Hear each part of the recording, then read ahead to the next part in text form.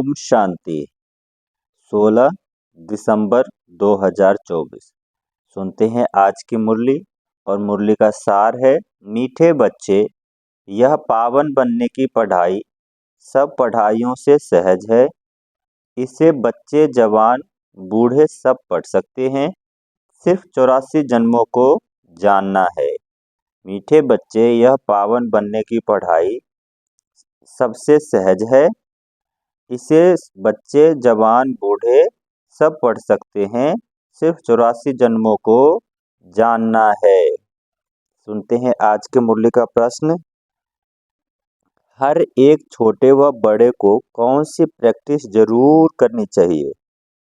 हर एक छोटे व बड़े को कौन सी प्रैक्टिस जरूर करनी चाहिए? इसका उत्तर है, बाबा ने कहा हर एक को मुरली चलाने की प्रैक्टिस जरूर करनी चाहिए, क्योंकि तुम मुरलीधर के बच्चे हो।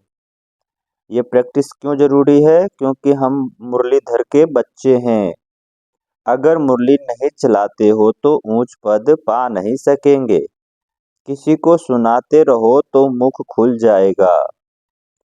तुम हर एक को बाप समान टीचर जरूर बनना है। जो पढ़ते हो वह पढ़ाना है। छोटे बच्चों को भी यह पढ़ाई पढ़ने का हक है। बाबा ने कहा छोटे बच्चे को भी यह पढ़ाई पढ़ने का हक है। वह भी बेहद के बाप का बरसा लेने के अधिकारी है। ओम शांति। अभी आती है शिव बाबा की जयंती, उस पर कैसे समझाना चाहिए? बाप ने तुमको समझाया है। अभी शिव जयंती आने वाली है तो बाबा ने बताया कि उस पे कैसे समझाना है, यह बाप ने तुमको समझाया है। वैसे तुमको फिर औरों को समझाना है। ऐसे तो नहीं, बाबा जैसे तुमको पढ़ा रहे हैं वैसे बाबा को ही सबको पढ़ाना है। शिव बाबा ने तुमको पढ़ाया है, जानते हो, इस शरीर द्वारा पढ़ाया है। बरोबर हम शिव बाबा की जयंती मनाते हैं।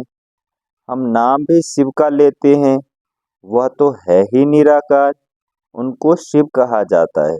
तो लोग कहते हैं शिव तो जन्म मरण रहित है, उनकी फिर जयंती कैसे होगी? यह तो तुम जानते हो कैसे नंबरवार मनाते आए हैं, मनाते ही रहेंगे।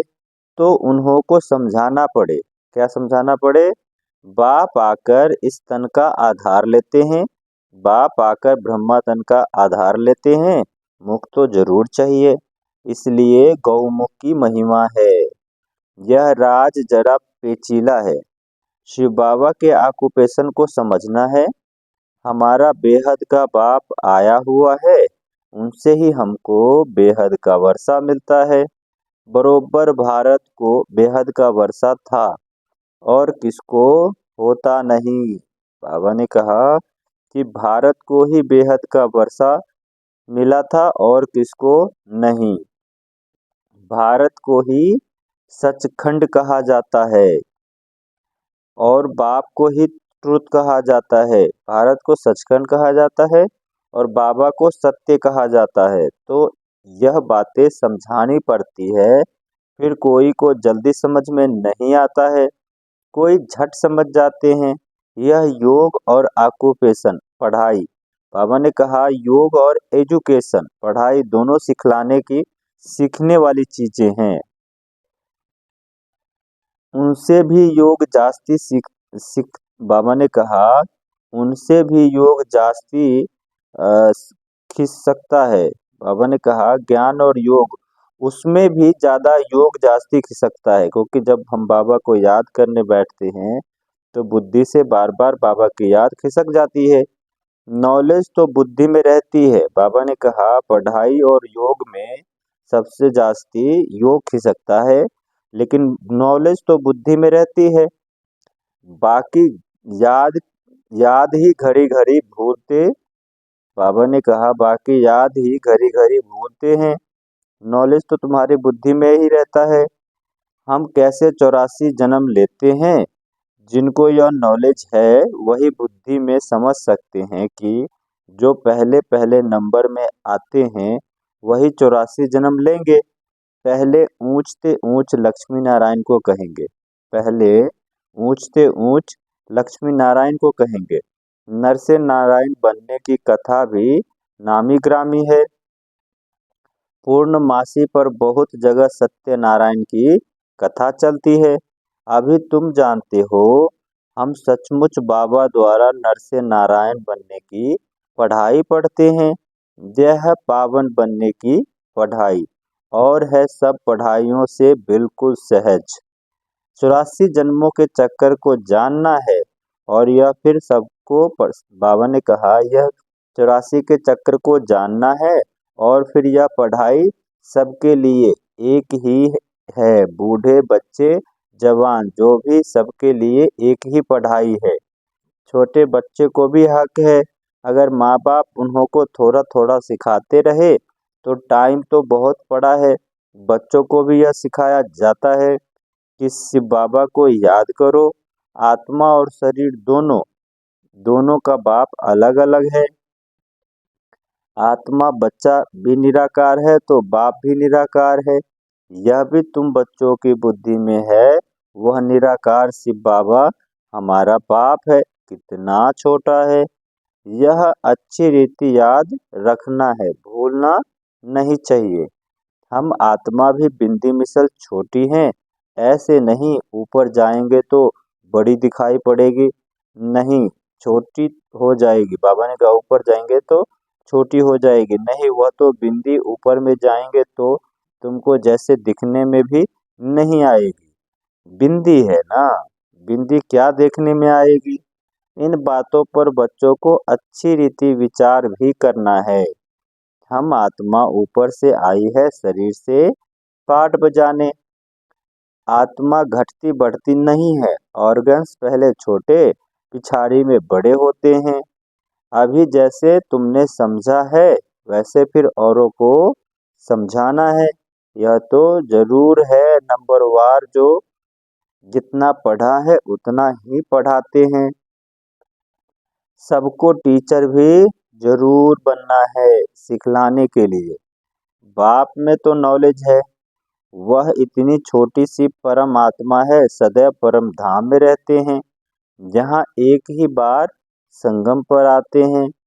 बाप को पुकारते भी हैं तब, बाबा ने कहा बाप को पुकारते भी हैं तब है जब दुख भी बहुत दुखी होते हैं। बाबा को पुकारते ही तब है जब बहुत दुखी होते हैं।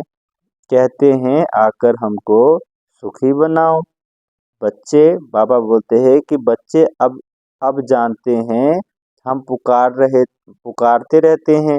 बाबा आकर हमको दुनिया से, मतलब पतित दुनिया से नई दुनिया सतयुगी सुखी दुनिया में ले चलो, अथवा वहां जाने का रास्ता बताओ। वह भी जब खुद आवे तब रास्ता बतावे। वह भी बाबा जब आए तब रास्ता बतावे। वह आएंगे तब जब दुनिया को बदलना होगा। यह बड़ी सिंपल बातें हैं, नोट करना है। बाबा ने आज यह समझाया है, हम भी ऐसे समझाएंगे। ऐसे प्रैक्टिस करते करते मुख खुल जाएगा। तुम मुरलीधर के बच्चे हो, तुम्हें मुरलीधर जरूर बनना है। जब औरों का कल्याण करेंगे तब तो नई दुनिया में ऊंच पद पाएंगे।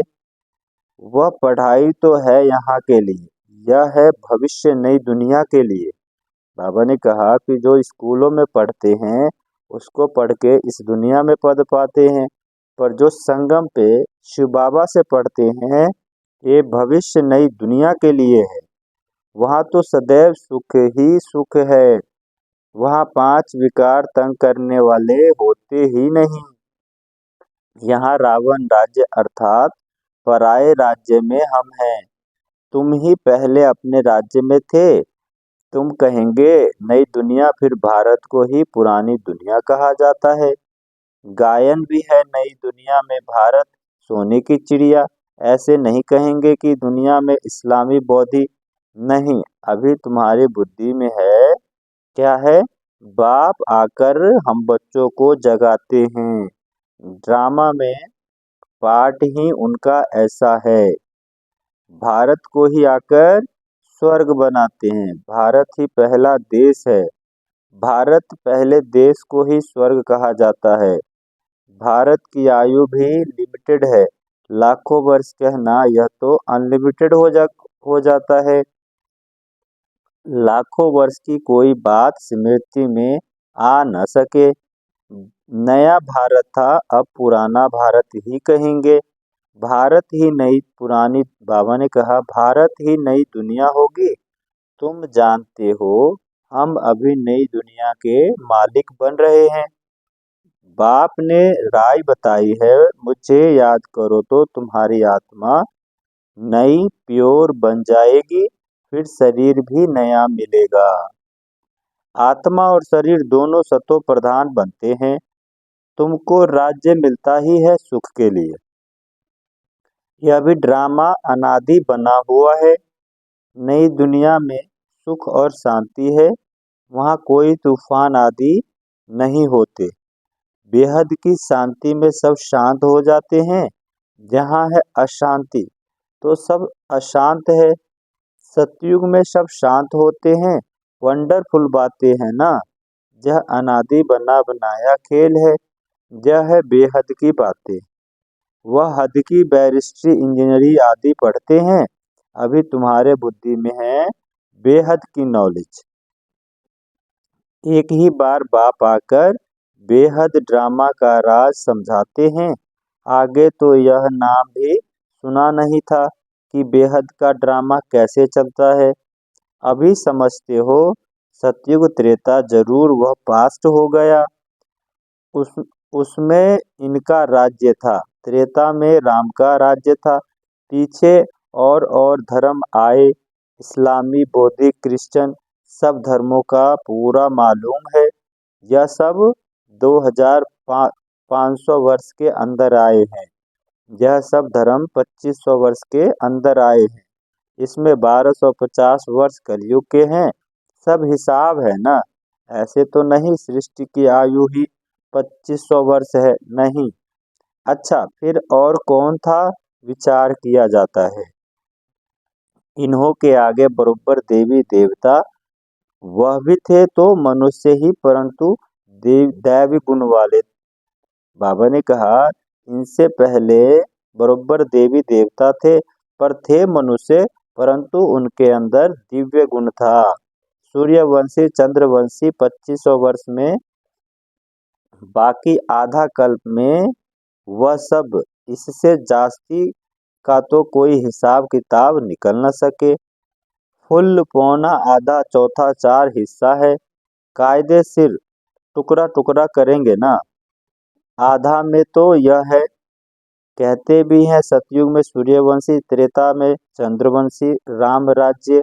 यह तुम सिद्ध कर बतलाते हो तो जरूर सबको बड़ी आयु उनको हो, सबसे बड़ी आयु उनकी होगी जो पहले सतयुग में आते हैं।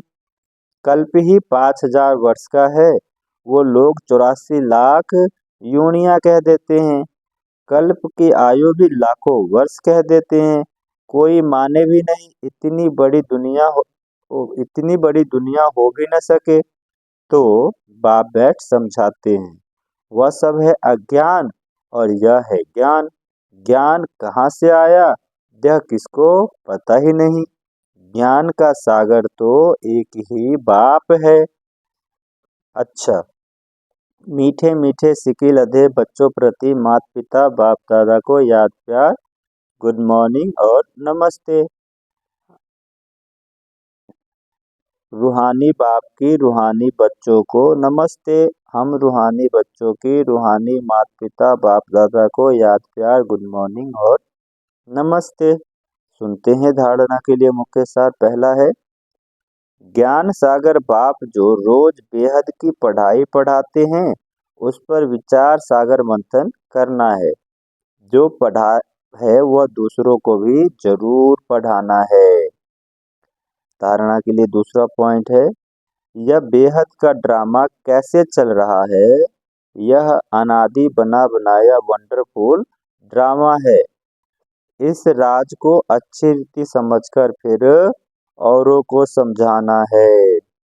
सुनते हैं आज की मुरली का वरदान। पवित्रता की श्रेष्ठ धारणा द्वारा एक धर्म के संस्कार वाले समर्थ सम्राट भव। पवित्रता की श्रेष्ठ धारणा द्वारा एक धर्म के संस्कार वाले समर्थ सम्राट भव। आपके स्वराज्य का धर्म अर्थात धारणा है पवित्रता। एक धर्म अर्थात एक धारणा, स्वप्न व संकल्प मात्र में भी अपवित्रता अर्थात दूसरे धर्म न हो, क्योंकि जहाँ पवित्रता है वहाँ अपवित्रता अर्थात व्यर्थ व विकल्प का नाम निशान नहीं होगा। ऐसे संपूर्ण पवित्रता के संस्कार भरने वाले ही समर्थ सम्राट है। अभी के श्रेष्ठ संस्कारों के आधार से भविष्य संसार बनता है। अभी के संस्कार भविष्य संसार का फाउंडेशन है। सुनते हैं आज के मुरली का स्लोगन। विजयी रतन वही बनते हैं जिनकी सच्ची प्रीत एक परमात्मा से है। विजयी रतन वही बनते हैं जिनकी सच्ची प्रीत एक परमात्मा से है। अच्छा, ओम शांति।